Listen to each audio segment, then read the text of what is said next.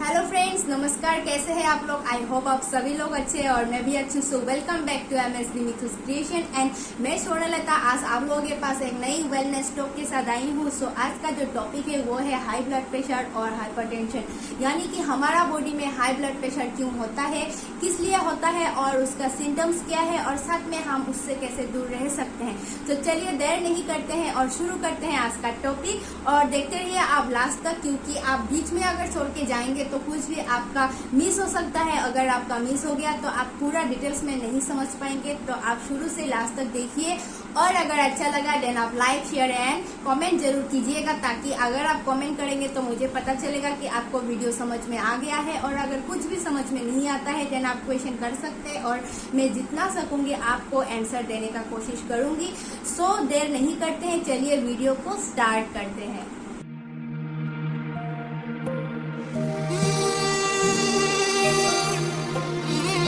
Friends, अभी अगर हम लोग बोलने जाए कि एक्चुअली ब्लड प्रेशर है क्या, सो हमारा बॉडी में, हमारा आर्टरी में जो ब्लड फ्लो करता है और ब्लड फ्लो करने के साथ वो ब्लड जो आगे बढ़ता है वो हमारा बॉडी में धमनियों में जो हम लोग का एक फिजिकल फोर्स एग्जर्ट करता है हम लोग का आर्टरी के वॉल्स पे, उसी को हम लोग ब्लड प्रेशर के नाम से जानते हैं। सो जब आप लोग डॉक्टर के पास जाते हैं और आप लोग का ब्लड प्रेशर चेक करते हैं तो ब्लड प्रेशर चेक करने के टाइम पे आपका जो रीडिंग्स आता है वो दो रीडिंग्स आता है, एक ऊपर और एक नीचे।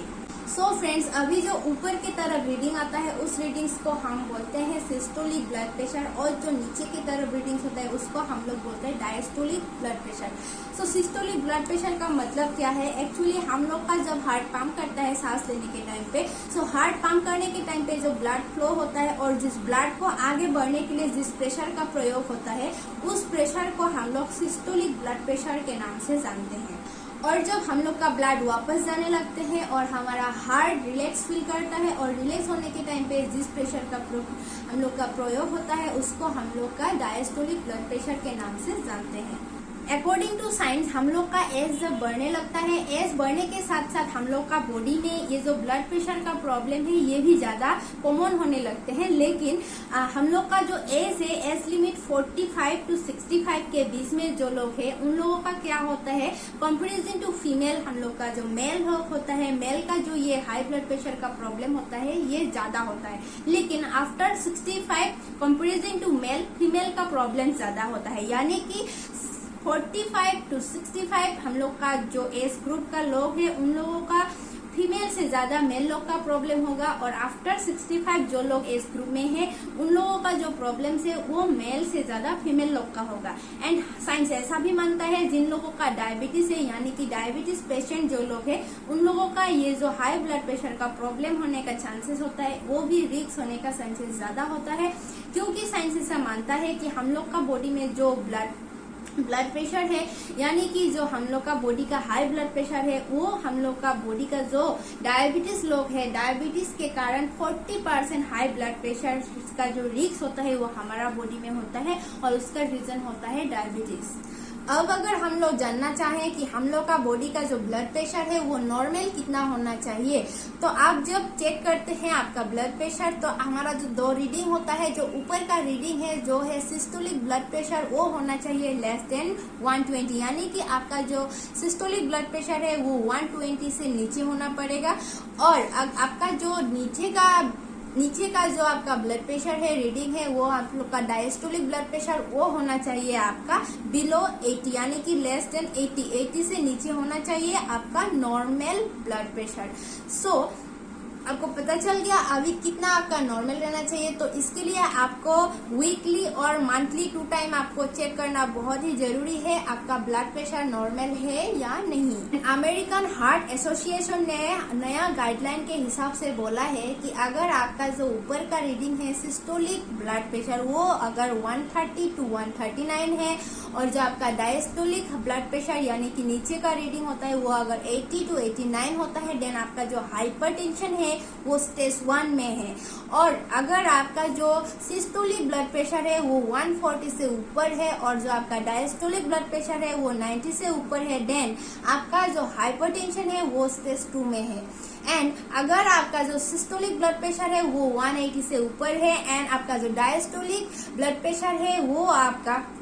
120 से ऊपर है, देन आपका जो बॉडी में हाइपरटेंशन है वो आपका हाइपरटेंशन क्राइसिस के नाम से जाना जाते हैं और ये आपका बॉडी के लिए बहुत ही रिस्की है। एंड अगर हमारा बॉडी में जो ये हाइपरटेंशन क्राइसिस होता है देन हमारा क्या होता है, ब्लड सर्कुलेशन के लिए हमारा हार्ट को ज्यादा ताकत से काम करना पड़ता है, हिसाब से ज्यादा काम करना पड़ता है और ज्यादा ताकत से अगर काम करेंगे तो हमारा जो ब्लड सर्कुलेशन होगा, ब्लड सर्कुलेशन के लिए हमारा हार्ट ज्यादा फोर्स करेंगे और ये ज्यादा फोर्स के कारण जो इस प्रेशर के साथ हमारा ब्लड फ्लो होगा, उस ब्लड फ्लो के कारण हमारा जो आर्टरी का वॉल है, लाइनिंग है, उस वॉल को डैमेज होने का चांसेस होता है। सो अगर ये वॉल डैमेज होता है और ज्यादा टाइम के ओवर टाइमिंग हमारा हाइपरटेंशन क्राइसिस होता है हमारा बॉडी में, तो हमारा जो ये स्ट्रोक होता है, हाइपरटेंशन के वजह से हम लोग का स्ट्रोक होता है, हार्ट का ज्यादा रिस्क होता है और साथ में थायराइड एंड किडनी का प्रॉब्लम होने का भी चांसेस बहुत ही ज्यादा होता है। सो अभी बताते हैं कुछ सिम्टम्स के बारे में जिसके वजह से आप जान सकते हैं कि आपका बॉडी में हाई ब्लड प्रेशर हो रहे हैं और आप तुरंत जाके मेडिकल में या फिर आपका पास का फार्मेसी में आप ब्लड प्रेशर का चेकअप कर सकते हैं, आपका रीडिंग्स देख सकते हैं। तो हम लोग का जो सिम्टम्स है वो जो फर्स्ट सिम्टम्स है वो है हेडेक यानी कि सिर दर्द। आपका हिसाब से ज्यादा सिर दर्द होगा, ऐसा होगा कि आप नहीं रह सकते हैं, यानी कि आपको लगेगा कि आपका ये हेडेक नॉर्मल नहीं है, कुछ अलग हो रहा है, तो आप जल्द से जाके चेकअप कर लीजिए क्योंकि ये आपका हाई ब्लड प्रेशर का सिम्टम्स हो सकते हैं। तो जो फर्स्ट है वो है हम लोग का हेडेक यानी कि हाँ ज्यादा मात्रा में आपका सर दर्द होना, और जो दूसरा है वो होता है आपका इरेगुलर हार्ट बीट यानी कि आपका हार्ट बीट रेगुलर नहीं हो सकता है, ये भी आपका दूसरा कारण हो सकता है। एंड तीसरा कारण है आपका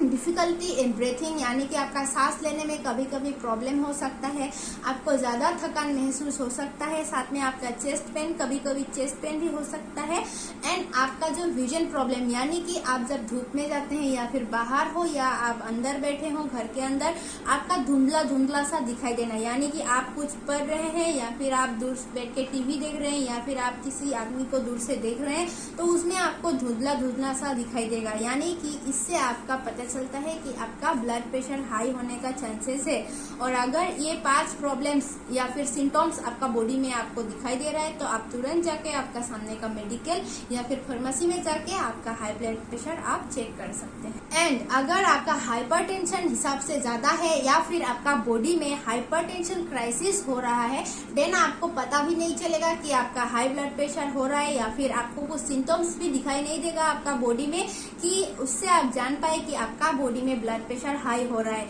इसीलिए आप अगर आपका बॉडी में ऐसा कुछ हाइपरटेंशन होता है तो इसीलिए आपको ध्यान देना बहुत ही जरूरी है। अगर आपको पता भी नहीं चलता है फिर भी आपको आपका मंथली 2 टाइम्स आप जरूर फार्मेसी में या फिर सामने का मेडिकल में जाइए और आपका जो ब्लड प्रेशर है उसको आपको जो रीडिंग है वो चेक करते रहना बहुत ही जरूरी है। अदरवाइज क्या होगा, आपको पता भी नहीं चलेगा कि आपका ब्लड प्रेशर हाई हो रहा है और अंदर से आपका रिस्क होते जाएगा और अचानक से आपको कभी स्ट्रोक आ सकता है या फिर आप